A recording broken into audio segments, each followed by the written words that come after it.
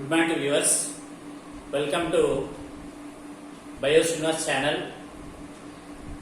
I am very happy to be in front of you again to explain one more topic in the 9th class biology, that is nothing but the blood groups. Blood groups are first discovered by a famous scientist named as Karl Landsteiner.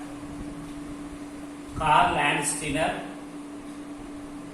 was the first person who discovered the blood groups in 1900 year, and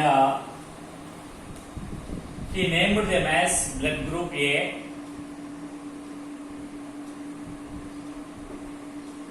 and blood group B and blood group AB, and later on the other scientists discovered the blood group O.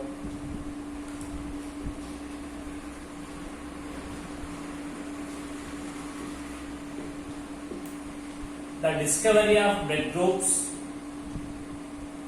laid foundations for the discovery of an artificial blood which can suitable for all different types of blood group persons. When the Landsteiner is doing research on the blood samples of different persons, he found that when two blood samples of different persons mixed together, there is a formation of clumps. Formation of clumps. This process he called them as agglutination. The formation of clumps when two different persons' blood is mixed together. That phenomenon is called as agglutination. And in some cases, there was no agglutination or there was no formation of clumps. Then why this type of differences are observed when two persons' blood samples are mixed? There is a formation of clumps, and in other cases with other persons there is no formation of clumps. So based on this, he did lot of research on the different samples of blood in different persons in his laboratory. At last he found that there are different types of blood groups are existing in different persons. So he made a conclusion that the human beings on the planet Earth do not contain same type of blood. There are differences. Let us see why the differences are existing in different persons having different blood groups. Let us see what are the reasons for that. First one, blood group A. Blood group A.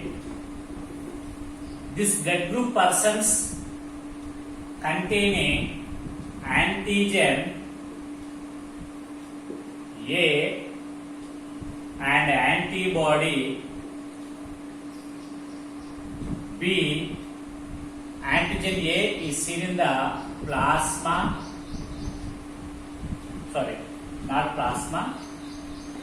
on the wall of the RBC, and antibody B is seen in the plasma of the blood. Plasma of blood. So usually each person's blood contains the antigens and antibodies, but in the blood group A persons we can see antigen A on the wall of the RBC and antibody B in the plasma of the person's blood. The next one, blood group B. Blood group B person. This blood group B person contains the antigen B and antibody A antigen B is seen on the wall of the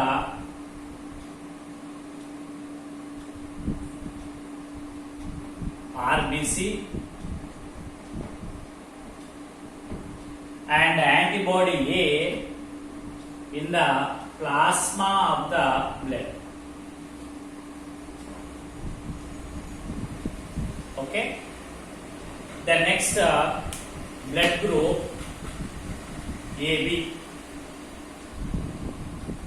Blood group AB.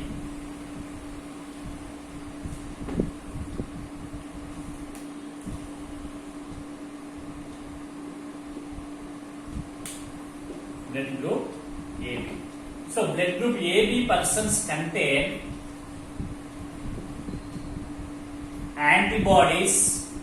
antigens both A and B, but no antibodies. Antigens both A and B, but no antibodies. These are seen on the wall of RBC. So no antibodies in the blood. Okay. Then next, the blood group O.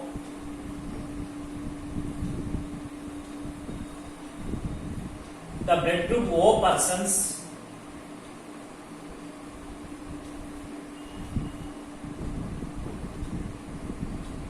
containing no antigens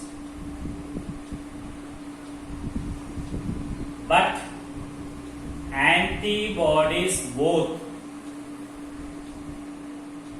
A and B are present in plasma of blood. The plasma of blood, but no antigens. So in this way, the antigens and antibodies are present in 4 different blood groups. You know, blood group AB persons are called the universal recipients. Why? Because they can receive any blood group.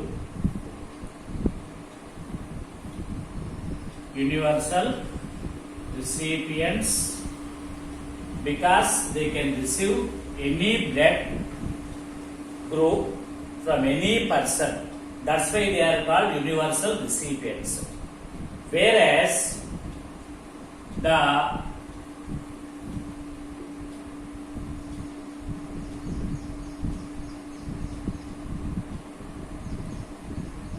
blood group O persons are called as universal donors. Universal donors. Which blood group? Blood group O. Because they can donate the blood to any group of person. So these are the 2 statements basing on their characteristic features and able to give or able to receive are framed by our scientists. Then in the coming classes we can learn about the which blood group is suitable for which blood group, why it is suitable, what are the reasons that we will discuss. I hope you understood the different types of blood groups. There are antigens and antibodies in different blood groups, as well as what is agglutination and why the agglutination is formed, and which blood group is called universal recipients and which blood group persons are called universal donors, etc. Thank you one and all, and have a nice day.